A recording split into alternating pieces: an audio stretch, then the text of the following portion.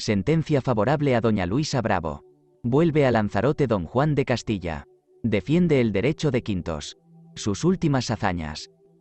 Se pudo calificar de verdadera conquista la victoria que la marquesa doña Luisa Bravo de Guzmán, la Cleopatra de nuestras islas, obtuvo últimamente contra sus ilustres rivales, ganando la instancia en el proceso de Lanzarote. Era el destino de esta isla ser dominada por mujeres. Doña Inés de las Casas la transmitió a doña Inés Peraza, su hija, doña Constanza Sarmiento, nieta de esta señora, a doña Bernardina de Cabrera, bajo el nombre del primer marqués, quien destinaba para el gobierno, con el título de condesa, a doña Constanza de Herrera, su bastarda. Doña Mariana Enríquez gobernó despóticamente al segundo marqués, su hijo, y doña Luisa Bravo la heredó del marqués III, para introducir después de sus días una especie de anarquía en el Estado. Fiera esta española con aquel género de triunfo, no creía haber sometido perfectamente a su dominación el Estado, mientras el derecho de propiedad y el de la percepción de los quintos estuviese como comprometido y sujeto a discusiones judiciales. Así, sin tardar mucho tiempo en introducir la pretensión de que se le absolviese de la demanda puesta por el fiscal del rey, alegó la posesión inmemorial, y para su corroboración presentó diferentes privilegios y cédulas reales, sacadas del grande archivo de Simancas. En esta nueva causa célebre, que tuvo una serie de incidentes fastidiosos de referir, no hay duda que don Juan de Castilla volvió a ser el héroe, pues salió de Madrid autorizado con las credenciales y poderes de la marquesa, su mujer, y en agosto de 1644 ya se había dejado ver sobre el teatro de Lanzarote, tomando posesión del Estado y vendiendo la dehesa de Ye y la huerta de Famara con su término a Marcial Martín. En octubre del mismo año concluía en la Gran Canaria cierta transacción con don José de Luna Peralta y doña Ana María Manrique, su mujer. En noviembre de 1647 traspasaba en Lanzarote el cortijo de Inaguadén a favor de Antonio de Sosa. En 1649 se hallaba ejecutando iguales mercedes en Fuerteventura. Y en 1650, después de haber dado el estado en arrendamiento a don Simón de Herrera, a quien sucedieron aquellas diferentes dinastías de asentistas que oprimieron a los vasallos con la rigidez de sus exacciones, ya había retornado a España y era muerto. Cuartas nupcias de la marquesa doña Luisa. Pero ansiosa doña Luisa Bravo de tener algún hijo a quien poder transmitir la copiosa herencia que le había adquirido un matrimonio, no acomodándose a estar viuda, se creyó en la necesidad de hacer otro marqués de Lanzarote, y se casó por la cuarta vez con don Pedro Pan y Agua Loaiza de Zúñiga, caballero del Orden de Calatrava y gentilhombre de Cámara del Rey. Quizá este personaje, empleado a la sazón en el Real Servicio, tenía suficiente pretexto para no acompañar demasiado a una señora que no había conocido joven y para no venir a las islas. Todavía existe la licencia que en una de sus largas ausencias le otorgó, a fin de que confiriese sus poderes por lo concerniente al Estado de Lanzarote y su administración, con cláusula de aprobar o reprobar todas cuantas gracias, enajenaciones y mercedes hubiese malbaratado su antecesor don Juan de Castilla. El licenciado don Pedro de Flórez, presbítero, fue el plenipotenciario electo, quien como tal concluyó, o por mejor decir bendijo, no sé qué nuevas transacciones entre la marquesa y Antonio de Sosa y Marcial Martín, sus vasallos. Su muerte, sus disposiciones. En fin, doña Luisa Bravo de Guzmán, marquesa y condesa propietaria de Lanzarote, habiendo sobrevivido algún tiempo a su cuarto marido, falleció en Madrid a 24 de noviembre de 1661. Había otorgado su testamento casi un año antes, por el que declaraba que, debiendo heredar los mayorazgos de su casa, de que era poseedora, primero don Diego Bravo de Guzmán, su primo, y después don Fulgencio, hijo de don Diego, era su voluntad se les agregase el estado y título de marqués de Lanzarote por modo de vínculo, solo en lo perteneciente a esta isla, pues, por lo que miraba a la de Fuerteventura, quería fuese heredera su alma. Pero añadía que no habían de entrar sus sucesores en el disfrute hasta que, primero se hubiesen cumplido los arrendamientos que tenía hechos. Segundo, que se hubiese vencido el pleito de propiedad. Tercero, que se hubiese sentenciado el de los quintos. Cuarto, que se hubiesen satisfecho sus deudas porque todas las rentas de Lanzarote se debían consignar para costas de los procesos. Véanse aquí, entre unas disposiciones políticas, algunas que más tenían de piadosas. En efecto, se ha experimentado que aquellas obras pías de una señora que se había dejado dirigir por personas que no poseían todas las luces necesarias, enflaqueciendo la dignidad del señorío de Lanzarote, eclipsó toda la gloria y el trabajo de los grandes soldados. Sabrían estos, al tiempo de conquistar el país, que no derramaban su sangre sino por el alma de doña Luisa Bravo de Guzmán. Ella fundó 2 capellanías perpetuas, la una en el convento de San Francisco de Atienza y la otra en el de las religiosas de Nuestra Señora de los Ángeles de Madrid. Del marqués don Fulgencio Bravo. Mas estas mismas manos muertas y los intereses del marqués de Lanzarote don Fulgencio Bravo, que sucedió a su tía doña Luisa, por haber muerto antes que ella don Diego, su padre, hubieron de experimentar un fuerte revés de fortuna, cuando el Consejo, por su sentencia de vista, declaró no pertenecer al Estado la percepción del derecho de quintos como ni tampoco a la Real Hacienda y, consiguientemente, que las islas debían considerarse exoneradas de semejante impuesto. Esta sentencia se confirmó 6 años después en revista, pero como se jaleis modo de sepultar todo el proceso en el olvido más profundo, para dejar ilusorio el fatal decreto, quedaron por entonces las cosas sobre el pie antiguo, hasta que en tiempo de los marqueses de la casa de Duque de Estrada volvieron a encenderse con más vigor aquellas disputas económicas en que corrieron ríos de tinta. Del marqués don Juan Francisco Duque de Estrada. Había muerto don Fulgencio Bravo sin sucesión y entrado en los títulos de marqués y conde de Lanzarote don Juan Francisco Duque de Estrada, igualmente sobrino de la marquesa doña Luisa Bravo de Guzmán, porque Garci Bravo de Medrano, alcaide de Atienza y de Sigüenza, tuvo de su mujer doña Ana Sarmiento a doña Luisa Bravo de Laguna, abuela de la marquesa doña Luisa, y a doña Beatriz, que casó con Juan Duque de Estrada, señor de esta casa en Talavera, bisabuelo de nuestro marqués de Lanzarote don Juan Francisco. Cuando este caballero llegó a Islas, renovó en ellas la idea ventajosa que se tuvo de los marqueses de la sangre de Herrera y Saavedra, ostentando en su tren toda autoridad, conciliándose el respeto y amistad de los próceres de la provincia, y hablando mucho de Estado, de vasallos, de rentas y de señorío. Pero nada de esto era medio para guardar una perfecta tranquilidad. La natural impaciencia de los vasallos que no podían nunca acostumbrarse a los derechos de quintos, la tenue porción que el mismo marqués tenía en ellos, los movimientos que nuevamente hacía el duque de Uceda en Madrid, a fin de resucitar el pleito de la propiedad de las islas, las instancias de los acreedores y pensionistas del Estado, la terrible calamidad que por los años de 1683 hubo de desolar el país, y, sobre todo, las maniobras secretas con que don Francisco Bernardo Barona, capitán general de las Canarias, solicitaba desacreditar en la corte la conducta del marqués de Lanzarote para sustraerle todo influjo sobre el gobierno de las armas y poder hacerse más absoluto en aquella tierra. Todos estos incidentes le obligaron a ausentarse rápidamente.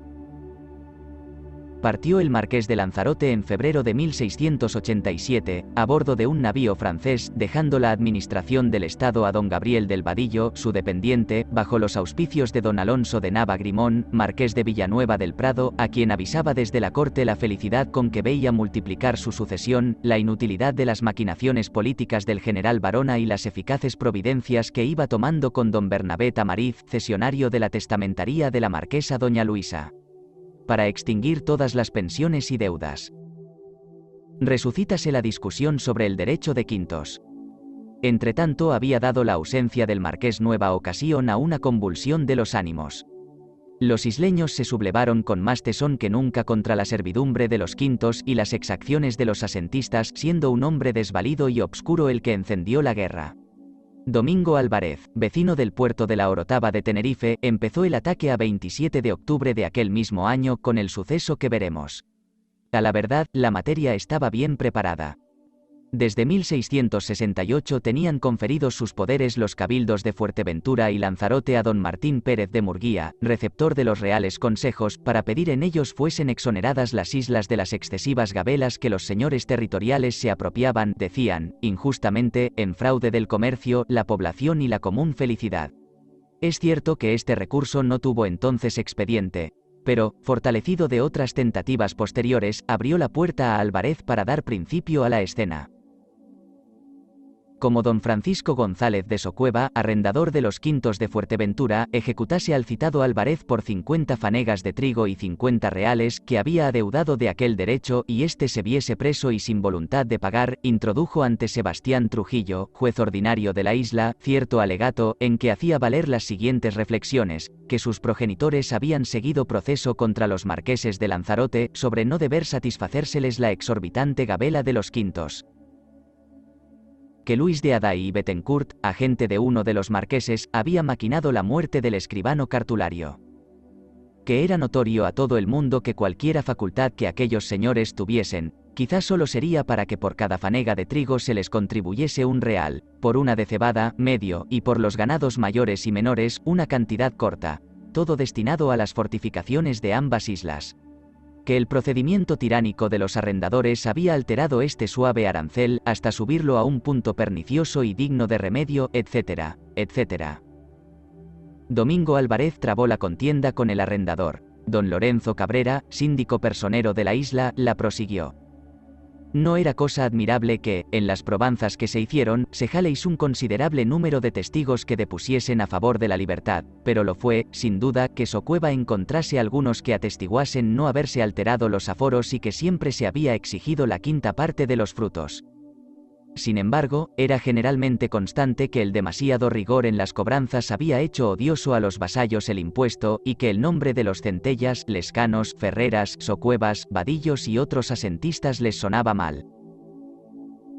Cuando se sabe que de un queso o de una cecina hacían 5 partes para apropiarse una, que estas sórdidas menudencias ocasionaban en los traficantes tal despacho que, a veces, arrojaban aquellas bagatelas al mar, por no pasar por el desabrimiento de verlas destrozadas en pública anatomía, que se quintaba la lana de un colchón, las gallinas y hasta la misma sal de los charcos, y, sobre todo, que la memoria de los títulos en que los marqueses afianzaban su posesión estaba oscurecida. Cuando se sabe esto, digo, y que el espíritu de todos los tribunales de las Canarias conspiraba a ver cómo se abolían los derechos de quintos que los isleños reputaban, digámoslo así, por la quinta esencia de su sudor, nada parecerá más regular y consiguiente que la sentencia que, conforme a estas máximas, pronunció contra su señor natural el alcalde mayor de Fuerteventura, que había sido arrendador en otro tiempo.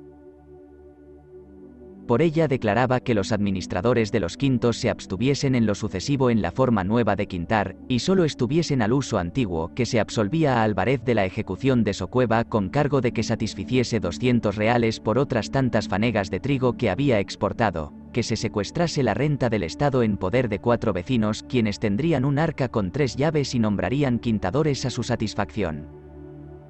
Este oráculo de Fuerteventura fue confirmado por la Audiencia de Canaria, sin perjuicio del patrimonio real, y con calidad que el secuestro fuese por cuenta del ayuntamiento de aquella isla. Inmediatamente se nombraron quintadores y guardas con los sueldos correspondientes, se fabricó arca, se le aplicaron llaves, y se empezó el uso de tan augustas funciones sin que el marqués de Lanzarote, ni don Fernando Matías Arias, señor de Fuerteventura, ni don Bernabé Tamariz, cesionario de la testamentaría de la marquesa doña Luisa Bravo, hubiesen sido oídos en el proceso.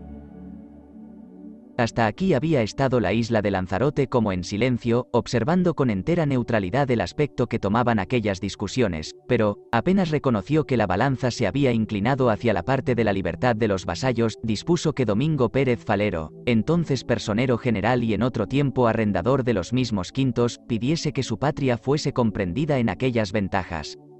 Para ello se presentó en la Real Audiencia, reproduciendo el proceso verbal antiguo que sobre la propiedad del cuestionado derecho se había agitado ante el regente Chávez de Mora en los días del segundo marqués. En suma, Lanzarote tampoco quería reconocer amo en su bolsillo. Era a la sazón administrador de esta isla, por sustitución de don Gabriel Vadillo, Domingo López de la Cruz.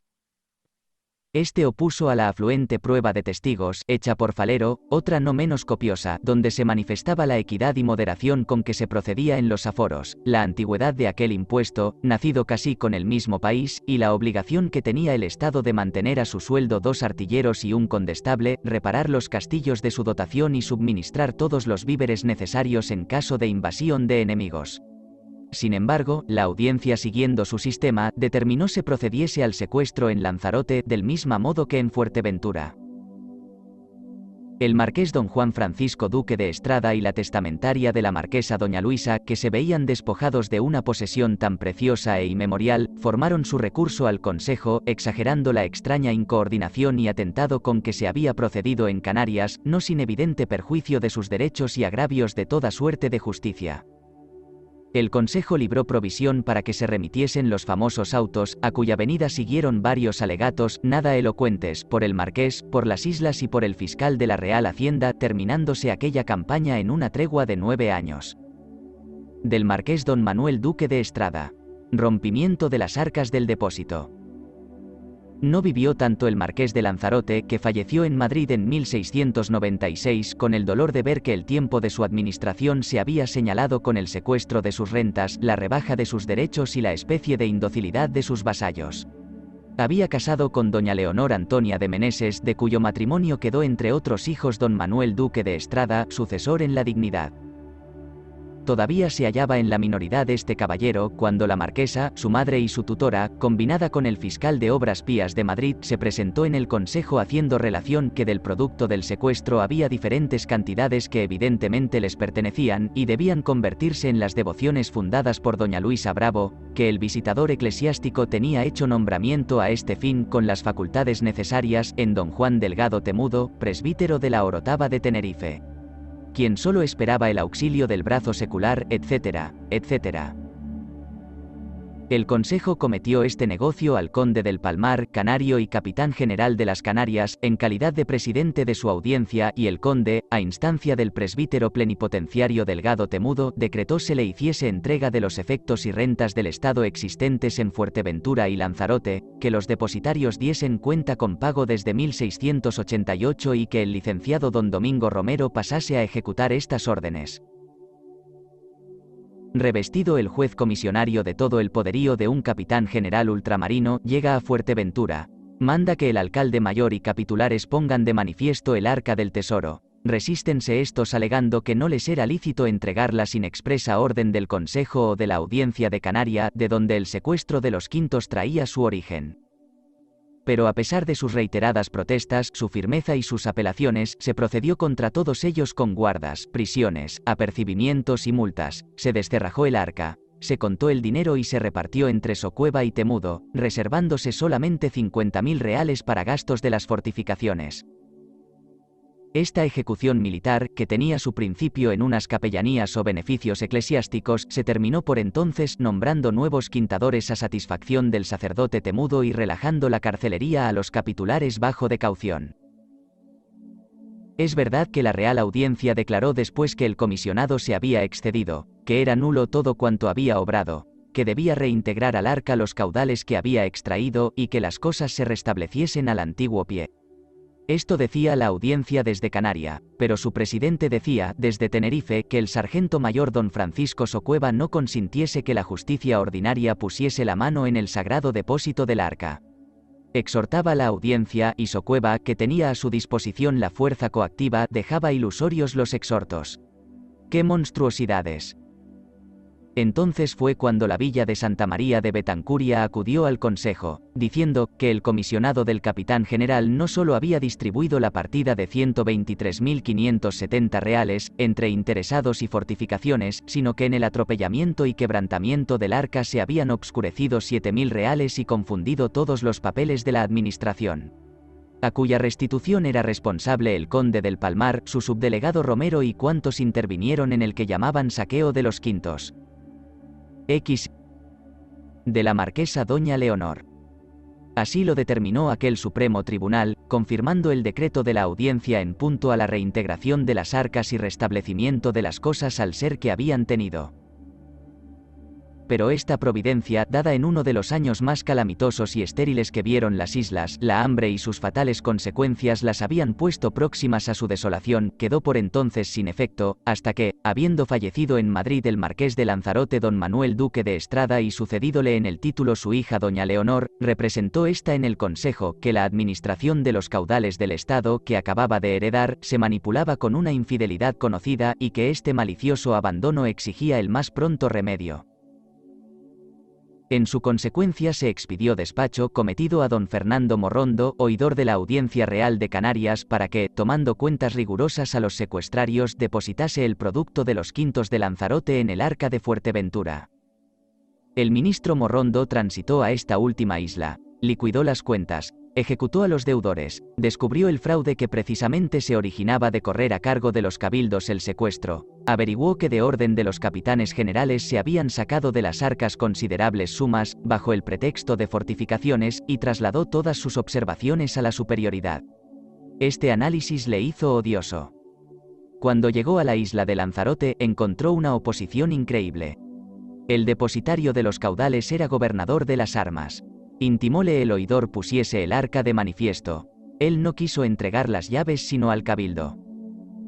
Estratagema fina, pues todos los miembros de este cuerpo se habían ausentado y se disponían como militares a implorar la protección del capitán general, que era como garante de su fuero, y estaba pronto a dársela. A este tiempo ya andaban sublevados los pueblos porque, recelándose de que los procedimientos del ministro se dirigían a otro quebrantamiento de las arcas, semejante al que había ejecutado Romero en Fuerteventura, empezaron a mirar a Morrondo como a enemigo del país y a la marquesa actual como a una perturbadora del reposo público.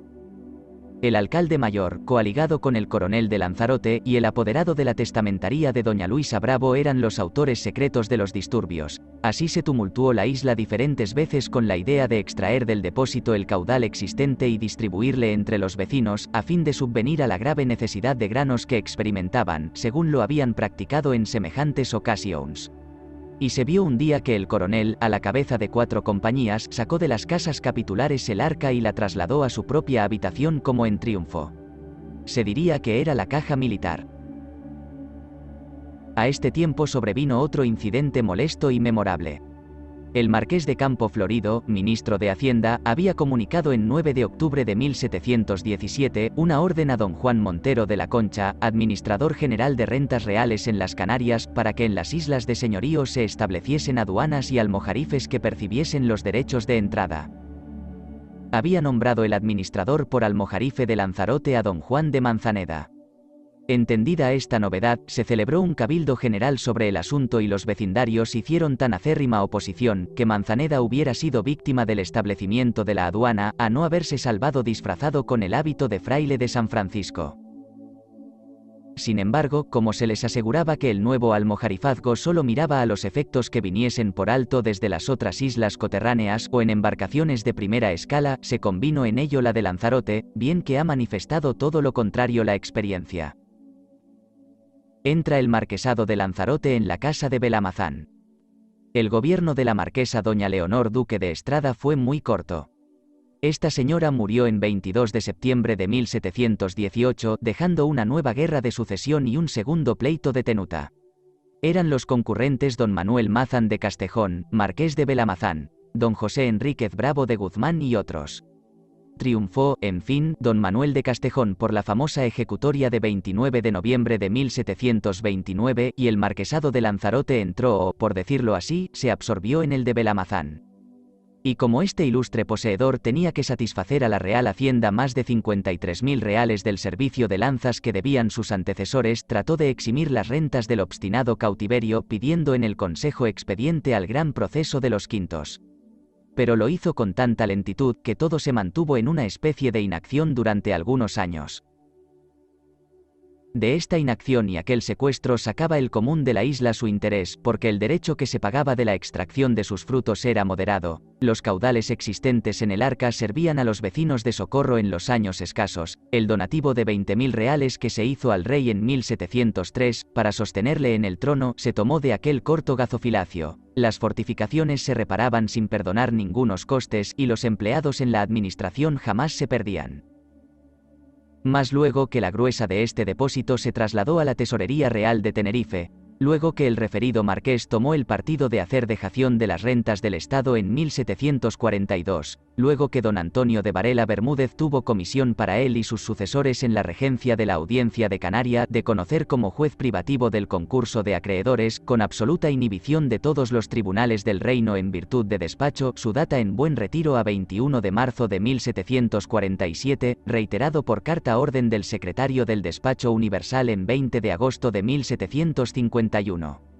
Entonces, digo, entró la isla en nuevos dictámenes, digámoslo así, para con su señor. Merece reflexión la escritura de ajuste que celebró en 1751 en obsequio del excelentísimo marqués de Belamazán y Lanzarote, a quien representaba con los demás interesados en las rentas de aquel estado, don Juan López de Vera, presbítero. Véanse aquí las condiciones con que la isla se separaba del pleito sobre excesos de quintos. Y, que en atención al respeto y fidelidad con que los vecinos habían mirado siempre a los marqueses sus señores, deseando sus aumentos y complacencias, habían deliberado ceder y renunciar en ellos el derecho de quintos y el exceso cometido en su percepción hasta el año de 1688.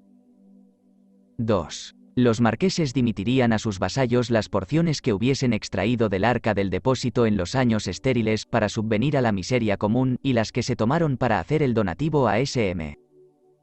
3. El excelentísimo señor marqués de Belamazán y Lanzarote suplicaría a la piedad del rey se dignase exonerar al Estado del nuevo derecho de almojarifazgo en la entrada de las mercaderías que ya le hubiesen pagado en las aduanas de la misma provincia, pues esta moderna exacción era en notorio quebranto de su endeble comercio y cedía en manifiesta contravención a lo dispuesto por los señores reyes católicos, cuyas reales órdenes quiso el señor don Felipe V se guardasen en todo exactamente. Será de cargo de los marqueses y de los interesados el reparo de las fortificaciones de la isla, sus municiones, utensilios y sueldos. Mantendrán a costa de su erario 2 de los 4 hombres que componen la guarnición de la fortaleza de la Punta del Águila, libertando al pueblo de Femés, destruido por los moros en 1749 de la referida pensión, atendiendo a que éste solo se obligó en 1741 a contribuir con 2 vecinos. Siendo frecuente en Lanzarote la escasez de lluvias, calamidad que muchas veces ha puesto el país a riesgo de su entera desolación, para evitar en lo sucesivo este desastre, deberían conservar los marqueses existente el producto de su renta, hasta tanto que se creyese asegurada la cosecha anual, pues en caso de esterilidad tendrían los vecinos la acción de valerse de él por vía de empréstito, dando las correspondientes fianzas. 7. Las penas de cámara pertenecientes a los marqueses como dueños de la jurisdicción alta y baja, mero mixto imperio, sobre las cuales se libraban antiguamente las obras públicas y las residencias de los jueces, se restableciesen con el mismo destino, nombrando receptores que den cuenta al ayuntamiento. Bien entendido que de este fondo habrá de salir la manutención de los vecinos en lances de rebato y, no habiéndolo, del caudal de los quintos. 8. Los jueces y escribanos de las residencias no vendrían de fuera de la isla. IX. En consideración a que, habiendo devastado los volcanes gran parte del país y arruinado sus más pingües terrenos, se vieron precisados los habitantes a romper y cultivar aquellas extremidades que antes habían servido de términos o dehesas, esperaban serviría a los poseedores de legítimos títulos la misma taciturnidad y aquiescencia de los marqueses sus señores. X. Finalmente, la isla imploraba la protección del marqués de Belamazán, para que impetrase de la real clemencia la gracia del libre comercio de sus granos a la isla de la Madera y otros puertos de la corona de Portugal, tráfico ventajoso que, en el siglo XVII, había puesto al país sobre un pie floreciente y acomodado, pero que ahora la prohibición de extraer este único fruto de que hace Lanzarote su capital, la exponía en los años abundantes al perjuicio de no sacar los costes de las sementeras ni a reparar los quebrantos de los años fatales. Tales fueron los famosos artículos del Tratado o Carta de Libertad que propuso la isla de Lanzarote a sus marqueses. Entretanto, a instancia del fiscal de la Real Hacienda, había el Consejo de Castilla determinado que se concluyese esta causa al mismo tiempo que las islas de El Hierro y La Gomera seguían contra sus condes sobre iguales asuntos, y, en efecto, habiendo sido emplazado por 2 veces el marqués, se sentenciaron ambas favorablemente en 1766. La célebre sentencia del alcalde mayor de Fuerteventura que arreglaba el arancel de los quintos se confirmó. En tiempo de este primer marqués de Lanzarote, de la casa de Belamazán, se halló repentinamente el Estado con otro famoso acreedor y nuevo pretendiente. Es menester tomar esta historia de algo más atrás. Hemos visto que doña Mariana Enríquez de la Vega, segunda mujer del marqués don Agustín de Herrera Elí, perpetua tutora de don Agustín el II y acreedora al Estado por su dote, arras y otros derechos, los había dejado todos por herencia a don Cristóbal Manuel y doña Ana María, sus sobrinos. Qué amarga raíz de contestaciones y litigios fue esta entre don Joseph de Luna y Peralta, marido de doña Ana María, y doña Luisa Bravo de Guzmán, marquesa de Lanzarote. Pero al fin se cortó felizmente cuando, en fuerza de la transacción ajustada a 2 de octubre de 1644 entre el referido Luna y don Juan de Castilla y Aguayo, marido y apoderado de doña Luisa, quedó el Estado obligado a satisfacer 7.200 reales anuales por aquel crédito. Un caminante o, según quieren decir, un peregrino, es recibido y atendido con hospitalidad cristiana en casa de don Juan Miguel de Mortela y Ciganda, canónigo de Calahorra y prior de Falces. Muere este hombre en los brazos del benéfico sacerdote y le deja por sucesionario universal y único heredero. ¿Quién pensaría que este incógnito era don Manuel Fuenmayor Luna y Peralta Manrique Enríquez, nieto legítimo de doña Ana María Manrique, a quien el estado de Lanzarote era tributario? Al instante, esto es, por los años de 1736, pidió el canónigo heredero secuestro de las rentas y, saliendo con brío al teatro de los acreedores, no paró hasta acrisolar su derecho. Pero volvamos a los sucesos de Lanzarote. Erupción del gran volcán de Lanzarote.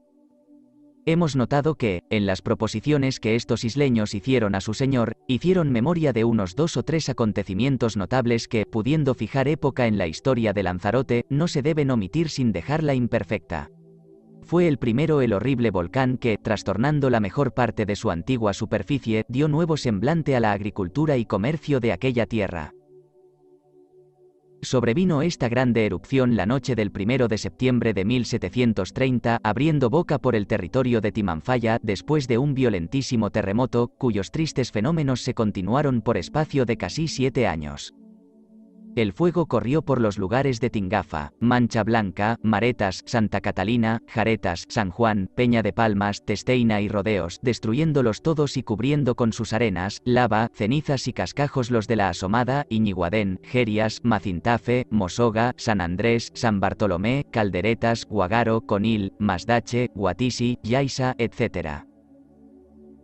A corta distancia del torrente de aquella materia inflamada, vomitó el mar una columna de humo espeso, siguió a este humo una pirámide de peñascos y estos peñascos se incorporaron a la isla. Era el estrépito de aquellas explosiones tan fuerte que se oía en Tenerife, sin embargo de distar 40 leguas de Lanzarote. Mucha parte de los habitantes transmigraron a Fuerteventura, donde se mantuvieron hasta que el tiempo los fue familiarizando con el volcán, tanto que ya les servía de entretenimiento el avecindarse a su curso. Esta revolución física, principio fecundo de tantos temores y estragos para aquellos isleños que vieron arder la porción más pingüe de la isla con sus ganados y pajeros de trigo, no hay duda que ha sido compensada con mucha usura por la naturaleza. Reservamos tratar en la historia natural de Lanzarote de las ventajas que las exhalaciones sulfúreas y las arenas trajeron al país.